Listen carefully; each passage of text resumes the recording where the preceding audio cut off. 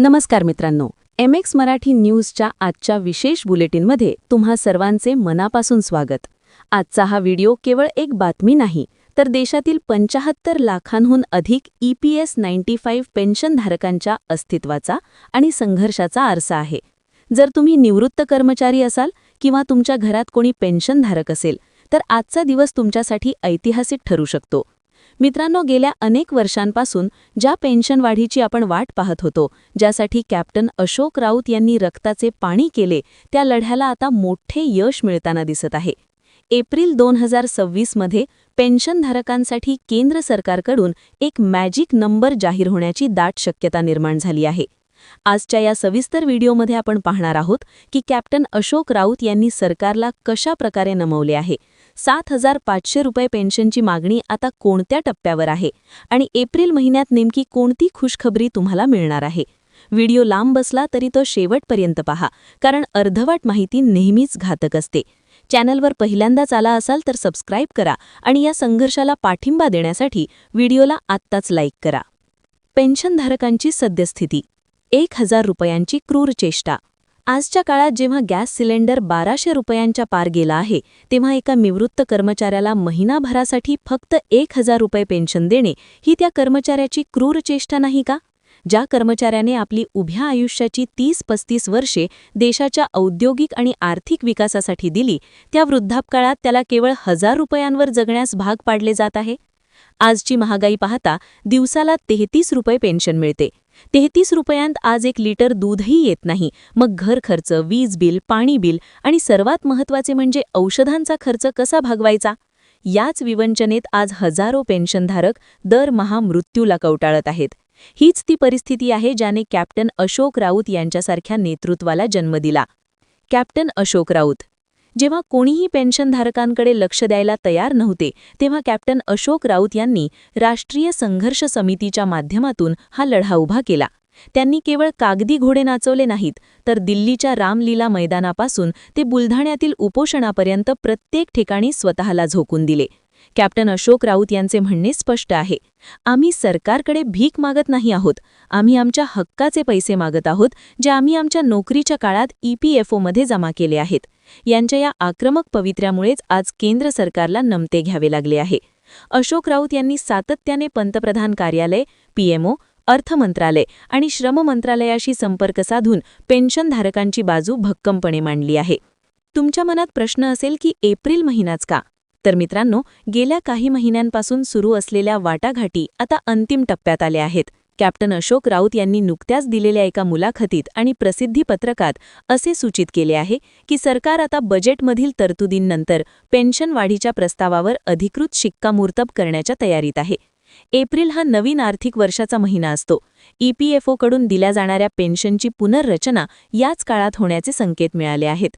श्रम मंत्रालयाने तयार केलेला नवीन मसुदा कॅबिनेटकडे पाठवण्यात आला आहे आणि त्याला हिरवा कंदील मिळताच पेन्शनधारकांच्या बँक खात्यात वाढीव रक्कम जमा होण्यास सुरुवात होईल. कॅप्टन अशोक राऊत यांनी पेन्शनधारकांना आवाहन केले आहे की त्यांनी एप्रिलपर्यंत धीर धरावा, कारण हा महिना आपल्या संघर्षाच्या विजयाचा महिना ठरेल. राष्ट्रीय संघर्ष समितीच्या नेतृत्वाखाली पेन्शनधारकांनी सरकारच्या समोर 4 प्रमुख मागण्या ठेवल्या आहेत, ज्यावर सरकार आता विचार करत आहे. किमान पेन्शन 7,500 रुपये. सध्याची 1,000 रुपयांची मर्यादा हटवून ती 7,500 रुपये करावी. महागाई भत्ता, DA. सरकारी कर्मचाऱ्यांप्रमाणेच दर 6 महिन्यांनी महागाईच्या प्रमाणात पेन्शनमध्ये वाढ व्हावी. मोफत वैद्यकीय सुविधा. पेन्शनधारक आणि त्यांच्या पती-पत्नीला आयुष्मान भारत किंवा तत्सम योजनेतून पूर्णपणे मोफत आणि कॅशलेस उपचार मिळावेत. सर्वोच्च न्यायालयाच्या निर्णयाची अंमलबजावणी. 4 नोव्हेंबर 2022च्या सर्वोच्च न्यायालयाच्या निर्णयानुसार ज्यांना उच्च पेन्शनचा अधिकार आहे त्यांना ती त्वरित मिळावी. काही दिवसांपूर्वीच कॅप्टन अशोक राऊत यांच्या नेतृत्वाखाली एक शिष्टमंडळ अर्थमंत्री निर्मला सीतारामन आणि श्रममंत्री मनसुख मांडवीय यांना भेटले. या बैठकीत मंत्र्यांनी मान्य केले की 1,000 रुपये पेन्शन खरोखरच खूप कमी आहे. कॅप्टन अशोक राऊत यांनी या बैठकीत सरकारला तांत्रिक आकडेवारी सादर केली. त्यांनी सिद्ध करून दिले की EPFO कडे पेन्शन देण्यासाठी पुरेसा निधी उपलब्ध आहे आणि सरकारवर कोणताही अतिरिक्त मोठा बोजा न टाकता ही वाढ शक्य आहे. या सकारात्मक चर्चेमुळेच आता एप्रिलमध्ये खुशखबरी मिळण्याची आशा पल्लवित झाली आहे. पेन्शन वाढी इतकीच महत्त्वाची मागणी म्हणजे मोफत वैद्यकीय सुविधा. वयाच्या 60-70 वर्षी माणसाला अन्नापेक्षा औषधांची जास्त गरज असते. कॅशलेस उपचारांची सुविधा मिळाल्यास पेन्शनधारकांचे जगणे सुसह्य होईल. प्रायव्हेट हॉस्पिटलमधील अवाढ्य बिले भरणे पेन्शनधारकांना शक्य नसते. त्यामुळे सरकारी हॉस्पिटलमध्ये विशेष जेरियाट्रिक वॉर्ड मिळणे आणि मोफत औषधं मिळणे हा त्यांचा मूलभूत अधिकार आहे, असे अशोक राऊत यांनी ठणकावून सांगितले आहे. आजवर EPFOने पेन्शन वाढीला नेहमीच विरोध केला होता.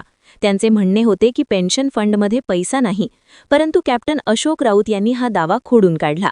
त्यांनी दाखवून दिले की EPFOकडे जमा असलेले व्याज आणि इतर गुंतवणूक पाहता 7,500 रुपये पेन्शन देणे सहज शक्य आहे.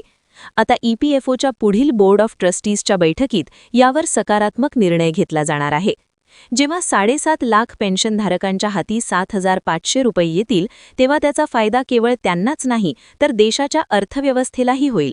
आर्थिक सुरक्षा, वृद्धांना कोणासमोर हात पसरावे लागणार नाहीत, आत्मसन्मान, समाजात आणि कुटुंबात वृद्धांचा सन्मान वाढेल.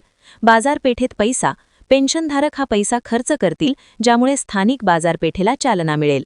कॅप्टन अशोक राऊत यांनी देशातील सर्व पेन्शनधारकांना एकत्र राहण्याचे आवाहन केले आहे. त्यांनी म्हटले आहे की विजयाची वेळ जवळ आली आहे, पण आपण सावध राहायला हवे. जोपर्यंत प्रत्यक्ष हातात ऑर्डर येत नाही तोपर्यंत आपला लढा सुरूच राहील. एप्रिलमधील खुशखबरीसाठी त्यांनी सर्वांना सज्ज राहण्यास सांगितले आहे. तर मित्रांनो, EPS 95 पेन्शनधारकांसाठी आता सुवर्णकाळ येणार असे चित्र दिसत आहे. 1,000 रुपयांच्या अंधारातून आता 7,500 रुपयांच्या प्रकाशाकडे जाण्याची वेळ आली आहे. कॅप्टन अशोक राऊत यांचा त्याग आणि लाखो पेन्शनधारकांचे आशीर्वाद आता नक्कीच कामी येणार आहेत. तुम्हाला काय वाटते? सरकारने 7,500 रुपये पेन्शन द्यायला हवी की त्यापेक्षा जास्त? आणि एप्रिल महिन्यात खरोखरच ही घोषणा होईल का? तुमच्या प्रतिक्रिया खाली कमेंट बॉक्समध्ये नक्की कळवा. हा व्हिडिओ जास्तीत जास्त व्हॉट्सॲप ग्रुपवर शेअर करा, जेणेकरून प्रत्येक पेन्शनधारकापर्यंत ही माहिती पोहोचेल आणि त्यांना धीर मिळेल. MX मराठी न्यूजला अद्यापही सबस्क्राईब केले नसेल तर नक्की करा, कारण आम्ही तुमच्या हक्काचा आवाज आहोत. हा मित्रांनो, पेन्शन, सरकारी कर्मचाऱ्यांच्या समस्या, इतरही काही समस्या, सरकारी वर्गाबाबतची अपडेट, खाजगी, सरकारी, निमसरकारी सर्व कर्मचाऱ्यांच्या समस्या, शासन निर्णय, सगळे अपडेट आपण पाहिले देतो. तर जुडून रहा मित्रांनो. पुन्हा भेटूया अशाच एका महत्त्वाच्या अपडेटसह. तोपर्यंत स्वतःची काळजी घ्या. धन्यवाद. जय हिंद, जय महाराष्ट्र, जय पेन्शनधारक.